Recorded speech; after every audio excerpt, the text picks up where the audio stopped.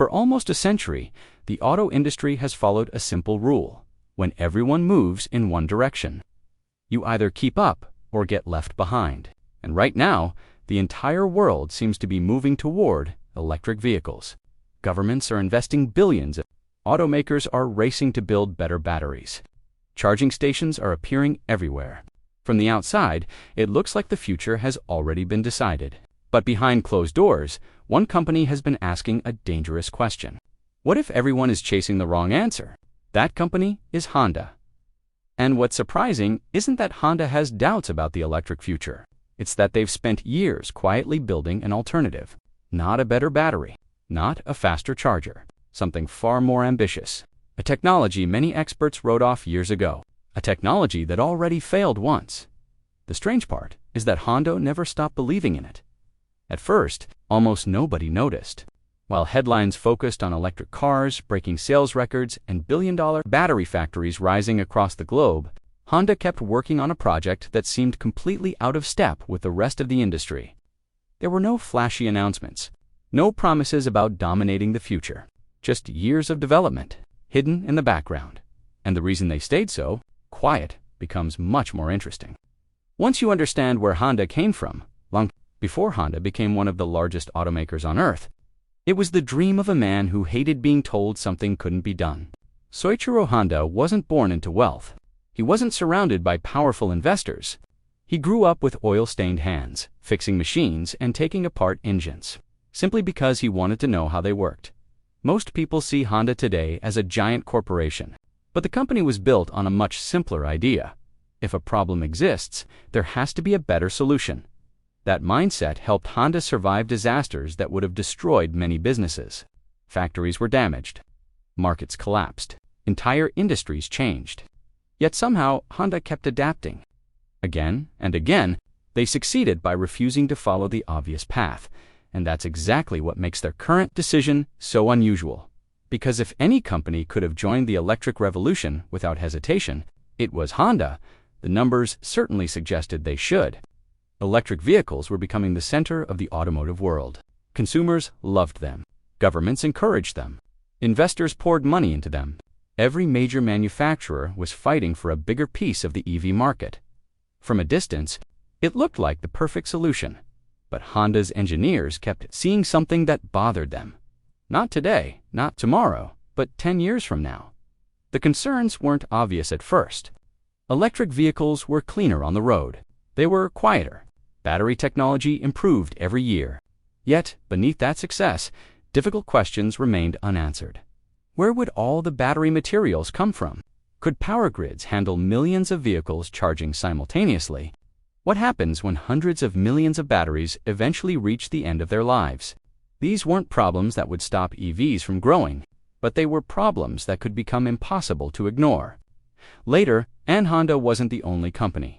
Noticing the difference was that Honda already had another idea waiting in the shadows, an idea they had tested years earlier, an idea that failed, or at least that's what most people thought, years before hydrogen became part of serious conversations about transportation. Honda had already built a vehicle powered by it. The technology worked. The vehicle drove smoothly. It produced virtually no harmful emissions. Refueling took only minutes. On paper, it looked like the future. In reality, it was a disaster. Not because the car failed, because the world around it wasn't ready. Drivers loved the idea until they needed to find a place to refuel. Outside a handful of locations, hydrogen stations barely existed. A vehicle can have revolutionary technology, but if people can't use it conveniently, the technology doesn't matter. Sales remained limited, public interest faded. Eventually, the project disappeared. For most companies, that would have been the end of the story. But Honda reached a different conclusion. The vehicle hadn't failed. Because hydrogen was impossible, it had failed because the timing was wrong. And that realization changed everything. While the rest of the industry focused on batteries, Honda quietly continued researching hydrogen technology. They improved efficiency, reduced costs, solved engineering problems that had limited earlier designs. Most importantly, they waited, because sometimes the difference between failure and success isn't the technology, it's the moment, and this is where the The story starts to get uncomfortable because, while many people assumed hydrogen had already lost the race, something unexpected was happening around the world. Governments began investing in hydrogen infrastructure. Energy companies started building new fueling networks. Countries looking for alternatives to traditional energy sources suddenly became interested in hydrogen again. Slowly, almost invisibly, the environment that had once doomed Honda's project started changing, and Honda noticed, before most people did. Instead of launching another experimental vehicle that looked like it belonged in a science fiction movie, Honda made a different decision. They chose something familiar, something trusted, something millions of drivers already recognized. That decision would become one of the most important moments in the company's modern history because Honda wasn't planning to sell hydrogen as an experiment anymore. They were planning to sell it as a practical alternative. And once that happened, the conversation around the future of transportation began to change in ways few people expected. At first glance, Honda's new strategy didn't seem revolutionary at all. There were no wild concept designs, no futuristic pods floating silently down highways, no promises that sounded impossible to achieve. Instead, Honda chose one of its most recognizable vehicles, the CR-V. That choice wasn't accidental. For years, automakers had made the same mistake whenever they introduced breakthrough technology. They built vehicles that felt like experiments. Drivers were asked to trust an unfamiliar powertrain, an unfamiliar design, and an unfamiliar driving experience all at once. Honda realized people don't adopt new technology because it's impressive. They adopt it because it fits naturally into their lives. So instead of asking customers to learn something completely new, Honda hid the innovation beneath something familiar. From the outside, it looked like a normal family SUV. Inside, it represented a completely different vision of transportation.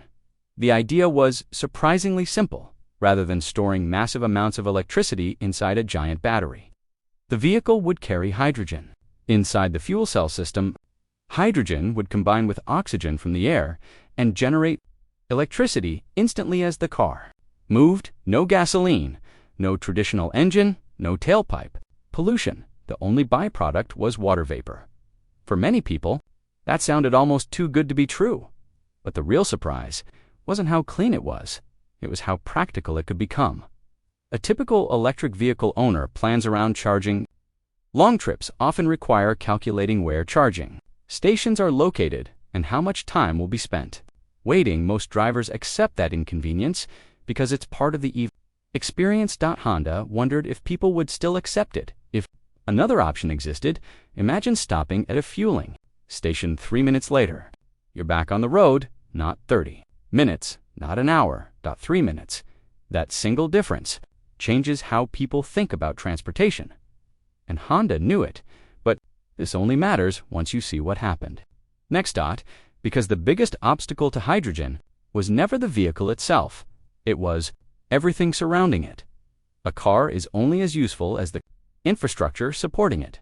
That's exactly why Honda's first hydrogen project struggled years earlier. Drivers couldn't find places to refuel. Owning the vehicle often felt like owning technology from the future while living in the present. This time, however, something was different. Around the world, governments had started making decisions that most people barely noticed. In California, hydrogen networks continued expanding. Japan increased investments into hydrogen as part of its long-term energy strategy. Germany focused on hydrogen transportation for commercial vehicles. China began funding hydrogen projects on a scale large enough to attract global attention. Individually, these developments didn't seem dramatic. Together, they suggested something larger. Hydrogen was no longer being treated as a failed experiment. It was becoming part of serious national planning. And that raised an uncomfortable question for the electric vehicle industry. What happens if batteries aren't the only path forward? For years, the conversation had been framed as a simple transition. Gasoline was old, electric was new. Eventually, everyone would switch. But reality rarely works that cleanly. Commercial trucking faces different challenges than personal transportation. Remote communities face different challenges than major cities.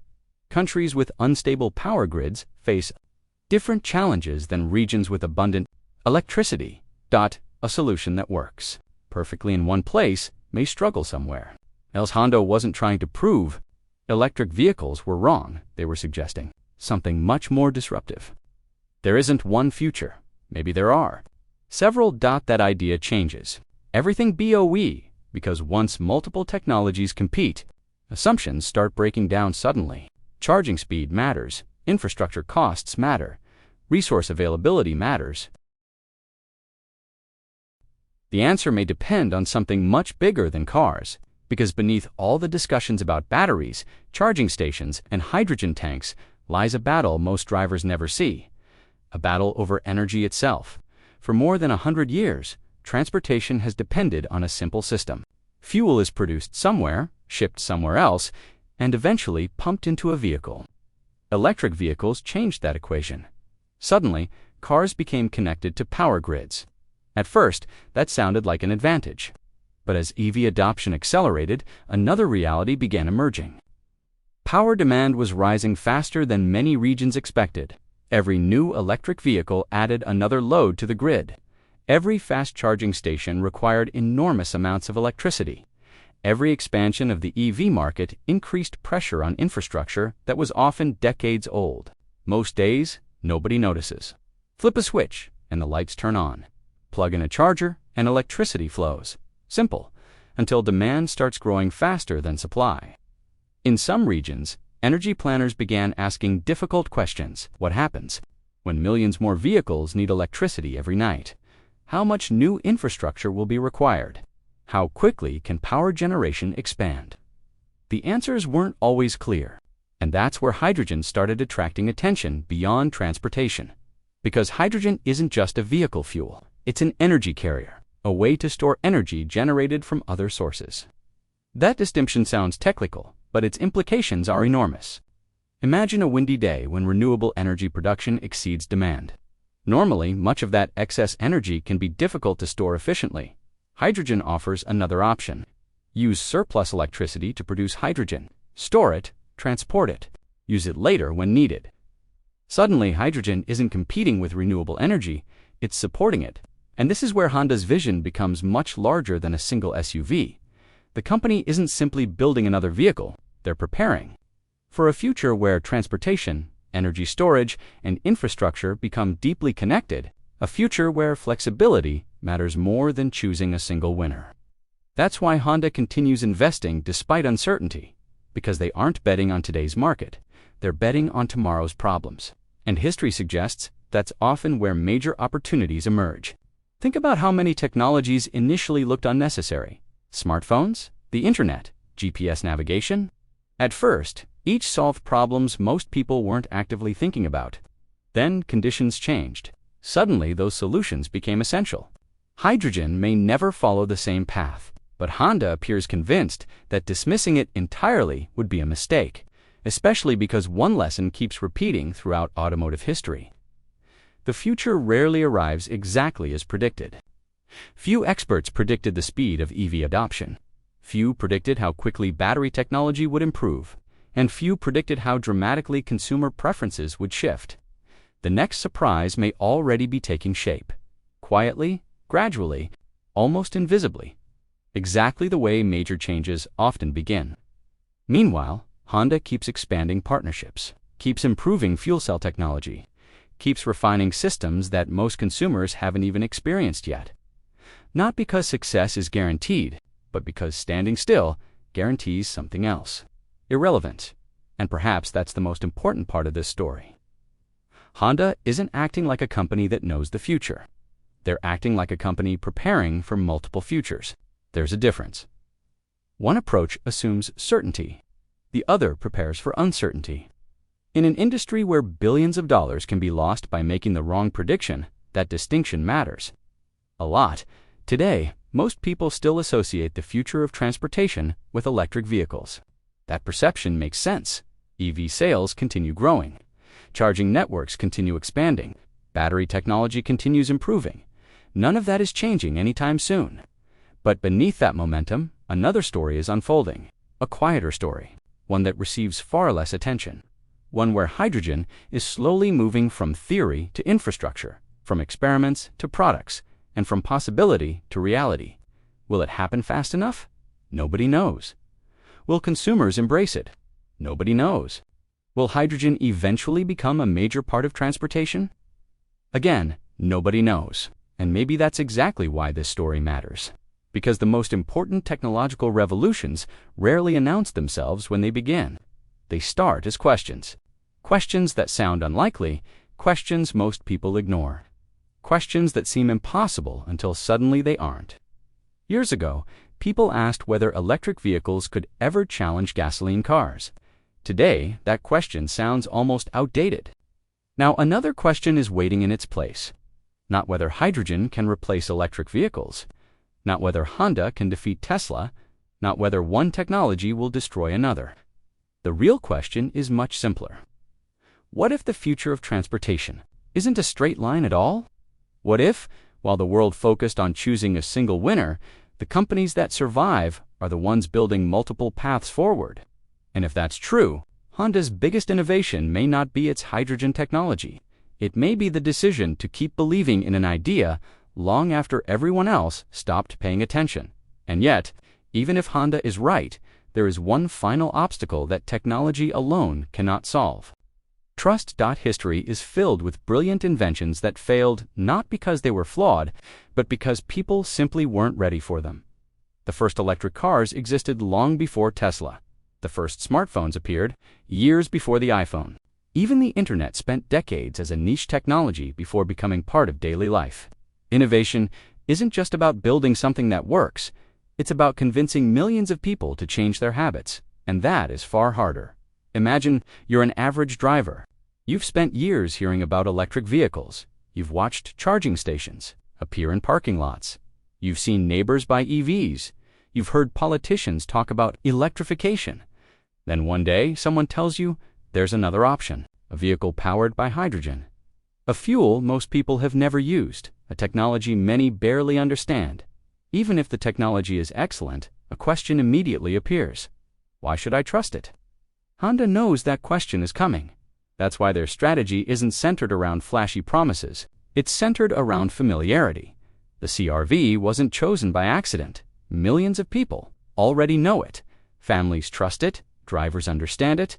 The vehicle creates a bridge between something familiar and something completely new, because people rarely adopt a future they don't understand.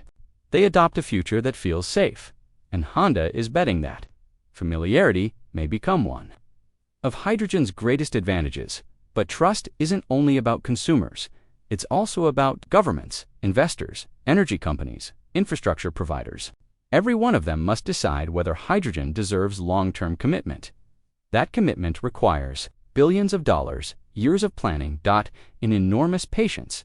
The challenge is that patience has become rare, modern. Industries want immediate results. Quarterly growth, rapid adoption, instant success. Hydrogen doesn't move that way. Its growth is slower, its infrastructure takes longer to build, its progress is less visible from the outside. That can make it seem like it's losing, but some of the most important transformations in history looked insignificant while they were happening. Railroads, electricity, the internet. For years, each appeared smaller than they eventually became. Only later did people realize what they were witnessing. Honda appears to understand this, which is why they continue investing despite uncertainty. Not because success is guaranteed, but because abandoning the opportunity could be more dangerous. Imagine if hydrogen eventually becomes essential for heavy transportation. Imagine future energy systems depend on hydrogen storage. Imagine if certain regions discover that hydrogen solves problems batteries never could. The companies prepared for that future would have a massive advantage. The companies that ignored it might spend years trying to catch up. And that's where this story becomes bigger than Honda, because it reveals something interesting about innovation itself. Most people assume progress happens when everyone agrees on the same solution. But real progress often happens when different ideas compete, when engineers challenge assumptions, when companies take risks, when someone is willing to ask questions others stopped asking. Years ago, the automotive industry asked how to move beyond gasoline. One answer became electric vehicles. Honda never argued against that answer. Instead, they asked a second question. What comes after that? And perhaps that's why this story remains unfinished. Because we still don't know who's right. Maybe batteries will dominate transportation for the next century. Maybe hydrogen will become a major force. Maybe an entirely different technology will emerge and surprise everyone. The truth is that nobody, Honda, not Tesla, not governments, not industry experts can see the future with complete certainty. They can only make bets. And Honda has placed one of the most fascinating bets in the modern automotive industry. A bet that began with failure, survived years of skepticism, and is now quietly re-entering the conversation at exactly the moment. The world is searching for answers. So the next time you see headlines about electric vehicles, battery breakthroughs, or the future of transportation, remember something. The biggest changes don't always come from the loudest companies.